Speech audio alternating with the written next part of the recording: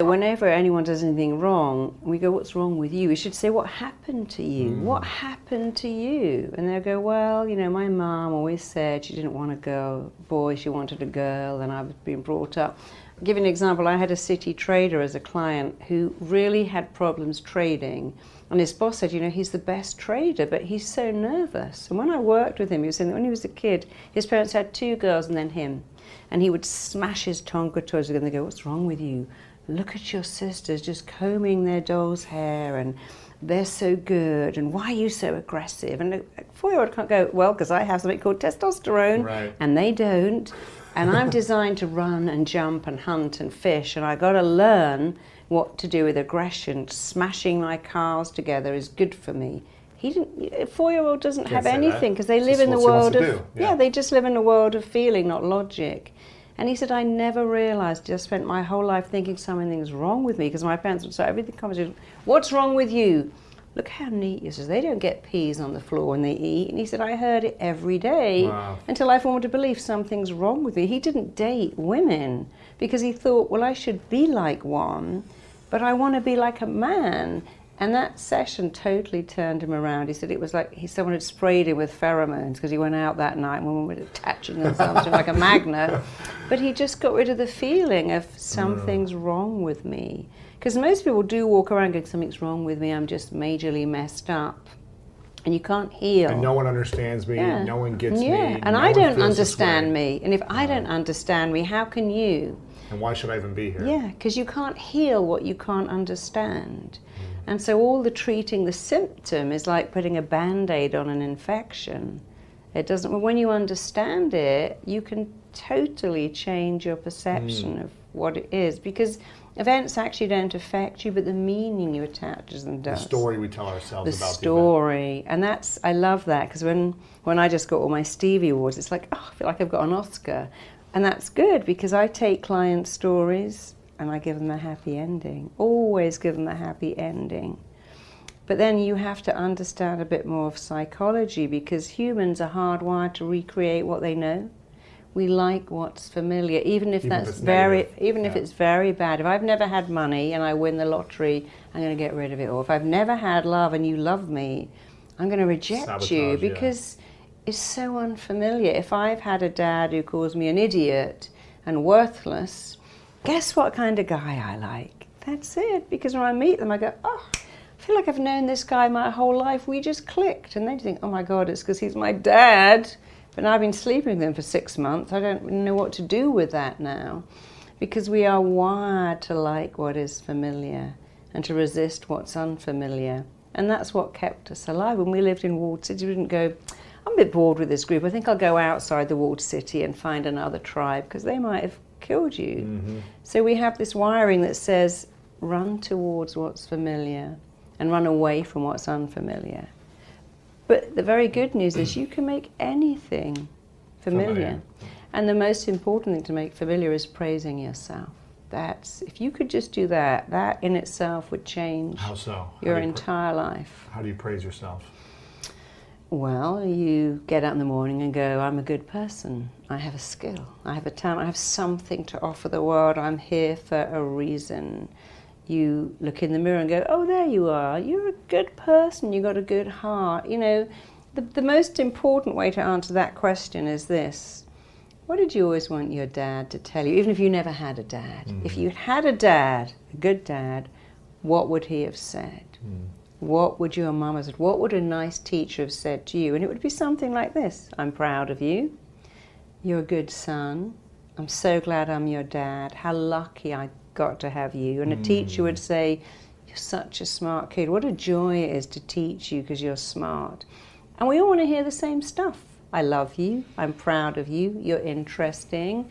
You're a great company. Nobody needs to hear I'm the best dentist in Beverly Hills, because that doesn't work. It's emotions. And many of my clients, their mother might be dead, but they're still trying to get her to approve of them. Wow. Dad's living in another country, but they're still working to make him like them.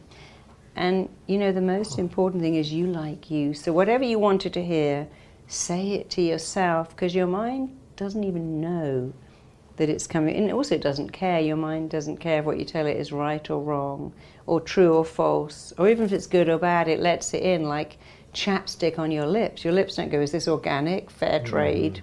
Just lets it in. It needs a bit of nourishment. And we need some nourishment, and words are very nourishing. And there is actually nothing on the planet that will raise your self-esteem like praise. But self-praise is better, because if I said to you, oh, I just adore you, you're amazing. By the way, you know, can you do this and this and this? I've manipulated you. But if I say it to myself, my mind knows there's no manipulation, and the mind likes repetition. And when you say it every day, your mind kind of goes, oh yeah, here you go again with that praise. You say it every day, must be true, and now it sinks in. Problem is, if you criticize yourself every day, it says the same thing. That sinks in as well, and that hurts you. It's interesting because, you know, the big talents that commit suicide or die, you know, who's the comedian? Robin Williams. Yeah, Robin Williams, Amy Winehouse, all these individuals who had the world praising them, but they weren't able to praise themselves. Yeah, they don't let it in. Yeah, it doesn't matter if everyone else acknowledges you. Yeah. It does matter, but you have to be willing to acknowledge yourself as well, right? And the familiar, unfamiliar, if praise is unfamiliar but criticism is familiar, and you say to someone like Robin Williams, oh my God, that last show was funny, he goes, didn't you notice? I've left out the best, I fluffed a word. It wasn't as good as the one before. So if you're not used to praise, you'll reject it. And if you're used to criticism, you'll add it in. Because we do what's familiar. So if we say to someone, I love your book, they go, oh, actually, it's not that good. The other one is much, I love your top. Oh, I got it in a car boot sale. It's 5 years, I've got a hole in it. So if we haven't got praise, we actually reject it. And you just have to say to yourself, I'm going to make this familiar. I'm going to praise myself every day. It might feel weird, but I'll keep doing it. It's a bit like running. You know, running isn't familiar, especially around Beverly Hills. But if you put your shoes on and go for a run on concrete, eventually it becomes familiar, and then you like it. I mean, sticking a lens in your eye, that's the weirdest thing. Very unfamiliar. The first few times, like, oh my God, I'm carrying in my eye like that. And then after a while, you can do it almost without thinking, because you get used to it. You can make anything familiar or unfamiliar. And my advice to everyone is look at your bad habits and make them unfamiliar. And look at what you want, especially praise, and make it familiar, more so because if you've got a startup or you're working for yourself, the days of a boss going, well done, good job, pat on the back are over. And you have a praise muscle, and no one's going to build it up except for you. But if you build it up, it makes you bulletproof. Yeah, it's fascinating. I'm so glad you're talking about this, because we have a similar philosophy, and a lot of people that come to me are afraid of certain things. And at an early age, I was afraid of a lot of things. I was afraid to talk to girls. As a 12-year-old, I was afraid of speaking in public. I was afraid of dancing. I was afraid of all these things, right? And I got so sick and tired of being afraid that I just said, I'm going to give myself a challenge. Every day, you know, when I was afraid of girls, I was like, every time I see a girl that gives me butterflies, I'm going to go up to them and start a conversation. And it's terrifying. And I'm sweating and I'm stumbling over my words. And people rejected me the first few times, but I just kept doing it until a girl said, hi, nice to see you. And you get a little confidence until, you know, by the end of the summer, when I was a teenager, it was like every girl was talking to me. Of course. And I tell people, you got to embrace the fear until the fear disappears. Yeah. And it's similar with the feelings. Like you've got to live in the feelings until... What would you say? Feel the feeling until it no longer requires to be felt. That's great. Because what you're really describing so eloquently is you had a massive fear of rejection, talking to girls, speaking in public, asking... feeling enough. Yeah, someone asking to employ you or pay you. So we have a great fear of rejection, which is not surprising, because when we're born, we have two drivers: find connection, avoid rejection. After all, if a mother rejects a child, if a lion rejects the cub, it's not going to be adopted, it will die. Or it just starves to death. And so we know innately that our survival on the planet is linked to not being rejected. And not that long ago, you would have died from rejection. You know, in 1,000 years ago, when they banished you outside the walls of the city, or you marooned a difficult sailor, or you cast someone out of the community, you pretty much died. There was nothing out there but purgatory. So we have a wiring that says rejection will kill me. And that's why you had the fear.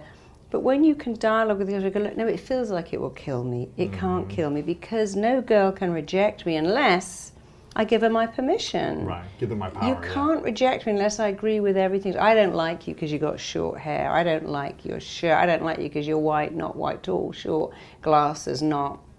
But when you say you can't reject me, I can't be rejected, because the only person you can reject me is me. You can talk to girls realizing, even if they say, no, you're not my type, I'm with someone, no thanks, or even, ooh, not no, they can only reject you if you let that in. And we look at someone like James Corden, who's certainly not gorgeous, but women love him because he's funny. So funny. So funny. Love and, that guy. you know, we like warm people. You know, the packaging is all very nice. But a lot of people have a great packaging, a great wrapper, and but they're unhappy.